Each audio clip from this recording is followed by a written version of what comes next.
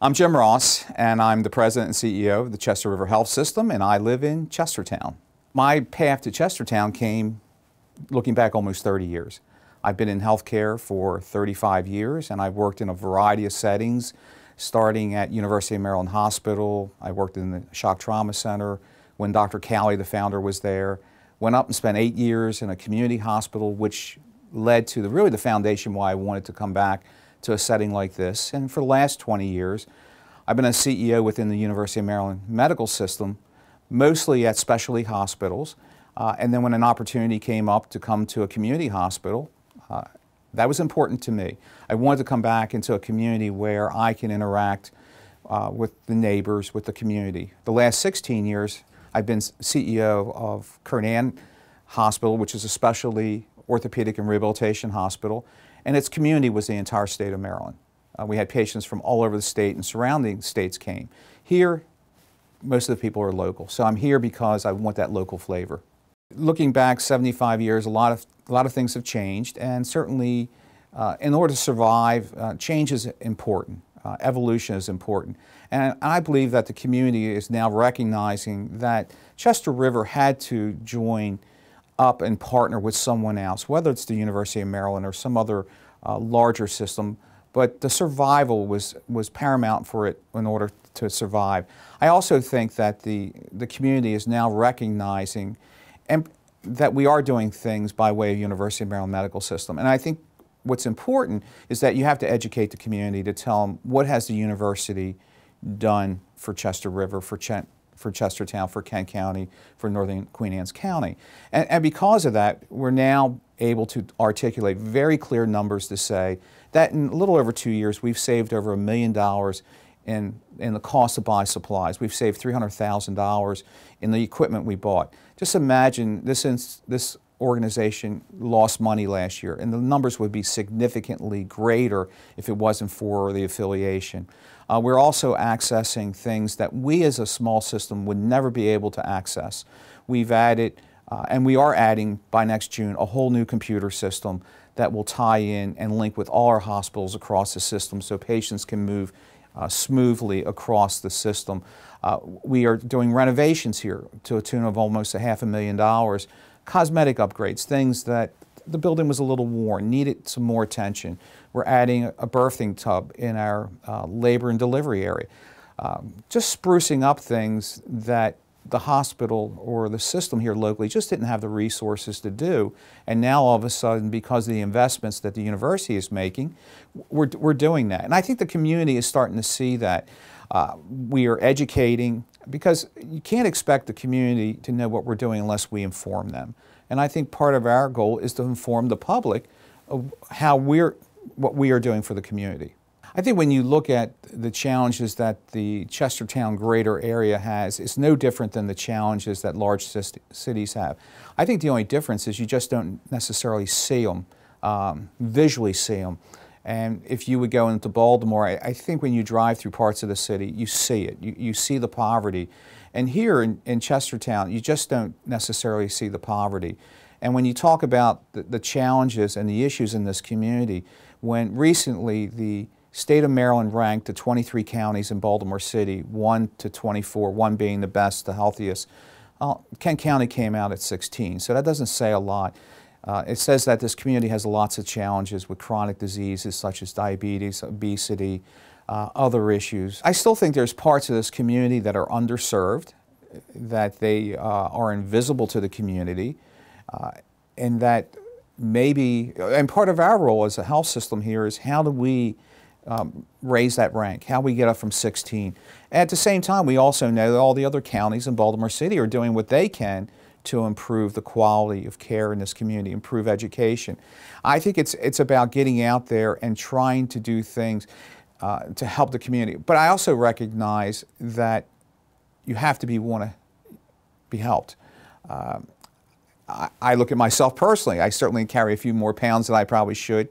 And here I am in this business, and I know that exercise and eating a balanced diet is good for you. And I know, and I live it every day. So how do you convince the community that things will be better for them? They will feel better. They'll look better. And especially as healthcare becomes harder and harder as cuts are made in healthcare. You know, how do we best utilize those dollars for this community? Our health system priorities are 11, and those were defined by our board of directors just this past May. And the number one priority for us is to recruit more physicians. We are in a community that we have many specialists that are just not available here.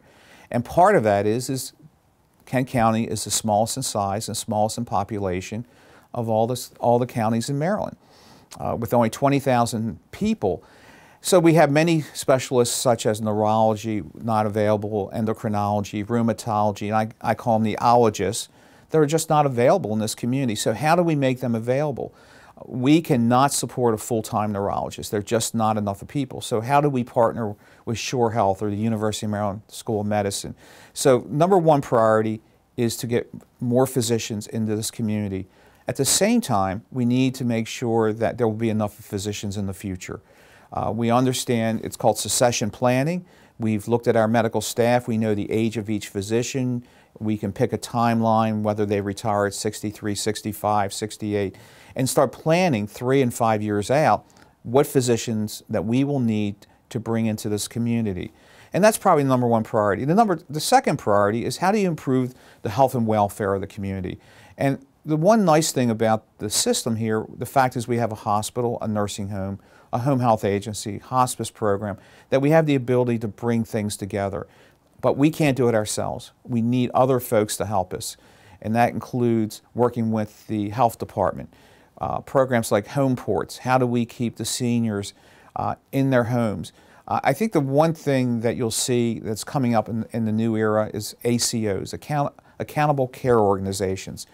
You know, how can we be accountable to our community? How can we help our community?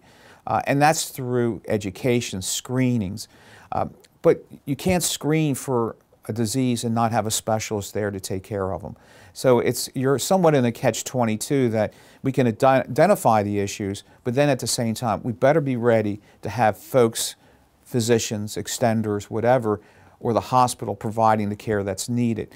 And even today, our emergency room physicians and physicians on the staff have the ability to call University of Maryland Medical Center and the School of Medicine physicians and have access to almost 1,800 physicians, of which probably 1,000 of them are attending physicians if they have a question about something.